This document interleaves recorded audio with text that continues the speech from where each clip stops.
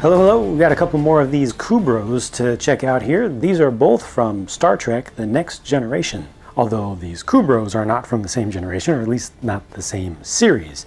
Captain Picard on the left is from the most recent one, and Worf was from the previous one. Let's take a look at Worf first. When you build this, you do the head first and then move on to the body. The build of the body is pretty straightforward and fairly standard for a humanoid figure in this Kubros line. The head ultimately has similar construction to most of them, but it went together differently. Just kind of the order of operations was different than I'm used to, or different than kind of the standard for these, which is interesting. It wasn't difficult to put it together. This one did not have any point in the assembly process where it seemed fragile or it was just getting tricky to hold the pieces together and put sub-assemblies together. It was just different. It was very gappy at first, and then you start to put things together.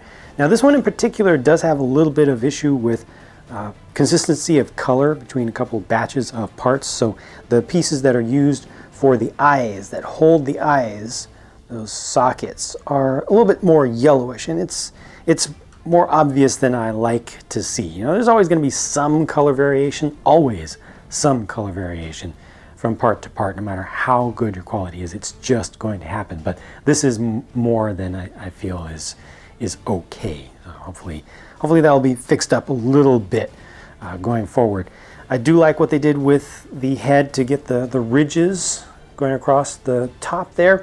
The detail of the hair is very simple, which makes sense to go with the whole blocky theme, especially simple around the back. But I think this is a pretty good look here. I think that where they got the stripe and also the shape of the black going across the top here with the uniform works out quite well.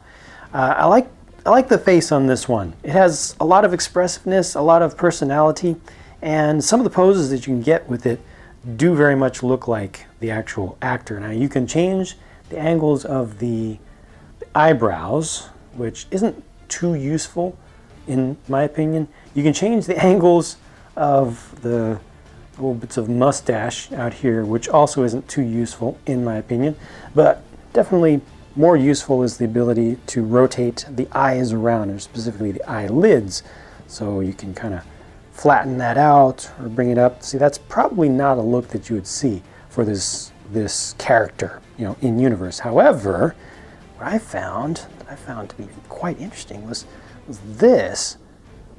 If you bring them all the way underneath, okay, so that's drunk Worf right there, right? Wonky eyes. But rotate this all the way around on both sides. This to me actually looks more believable. I mean, he really looks like he's about to explode, like he's, how dare you, you know, like you've challenged his honor. That's a good look. I don't know, I mean, it's still just a blocky face, but I like it. I think it looks pretty cool. I also think that his weapon, his bat'leth, looks really good on this one, and it's fairly durable. I mean, such as it's going to be. This is ultimately just a display model, but you know, the thinner parts don't fall off. It holds into the hand quite well. It just presses right into both of the kind of digits there, but that just works out nicely. It's facing with the blades forward as it should be. His bandolier goes across, has a little bit of, I try to connect it across a couple of different planes there, use some interesting pieces that Megablox has in their inventory to good effect.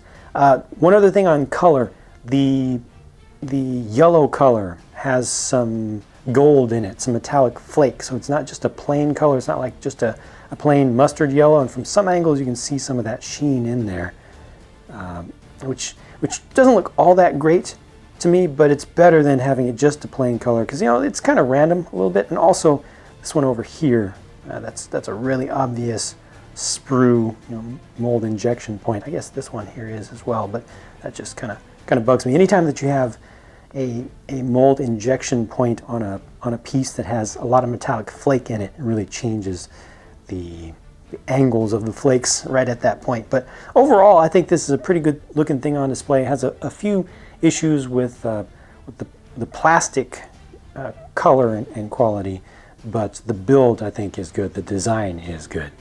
Picard is a much simpler, more straightforward build for obvious reasons. And on this one, my favorite thing is the shape of the hair along the side. they captured that quite well. Once again, you see some differences in the batch of plastics used for the skin tone, which is unfortunate here. So that just, you know, a little bit of gappiness as well. Just not quite the level of quality that I would want to see for a collectible display thing. But again, the build I think is appropriate. And they only use prints, I forgot to mention, on Worf. The insignia is a print there, separate printed piece used here. And that's a really nice red color, that dark red with a little bit of magenta built into it. A very nice color. And again, I think the lines are done well on this. You know, the uniform looks very appropriate. I really like the hair. It's a little bit awkward to me that, I don't know, I guess I just never noticed that Patrick Stewart's mouth is off to the side that frequently. I guess it's something that he does sometimes, but I think just centering it up may have worked better. But you do want the 2 stud wide opening for the mouth. I think if they had gone a full 3 studs wide for the opening, that would not have looked as good. It would have been too large of a mouth. And getting that centered in there with this build with just a 2 stud wide thing may have been a little bit difficult, but it's okay. He's got his phaser over here, which is firing, and I think that looks better actually without the beam coming out of it. If you just remove this piece, I think that's a better look, personally. You know, it's the threat, and it also has a printed piece on it on the back here, a simple one, but a printed piece nonetheless. But I'll just go ahead and put this back. I really do think that looks better without the beam coming out. Maybe if you want to set this up, you know, in a battle, but what are you going to be battling? We'll have to wait and see what they'll come up with as an enemy for this character. And then along the back of the head, the V shape is, I don't know if I completely agree with that inverted V shape. I think that keeping it a little bit more blocky would have worked out better. You know, just continue this outer head shape back. But I get what they were going for. You know, they're trying to show the kind of the neck muscles on the back of his head. But yeah, overall, I think this one looks pretty good from the front. Again, except for some quality issues and color differences between parts. And take off the beam coming out of the phaser looks even better still. Picard, like I said, is from the newest line. So it's got the new Mega Construx packaging, which I think looks much better. It's nice and consistent. Patrick Stewart was so young in the beginning of TNG. Man, that was so long ago. It doesn't feel like it was that long ago. But then Worf, I've still seen plenty of Worfs out there for sale at Toys R Us's and such, but it's still in the older packaging when they were still just all Mega Blocks and just focused on the Kubros color scheme and packaging in general.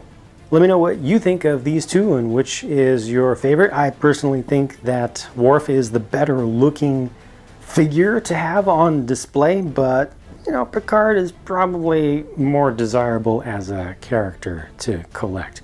But again, let me know your thoughts if you have any that you would like to share, and I'll talk to you again soon. Thanks for watching.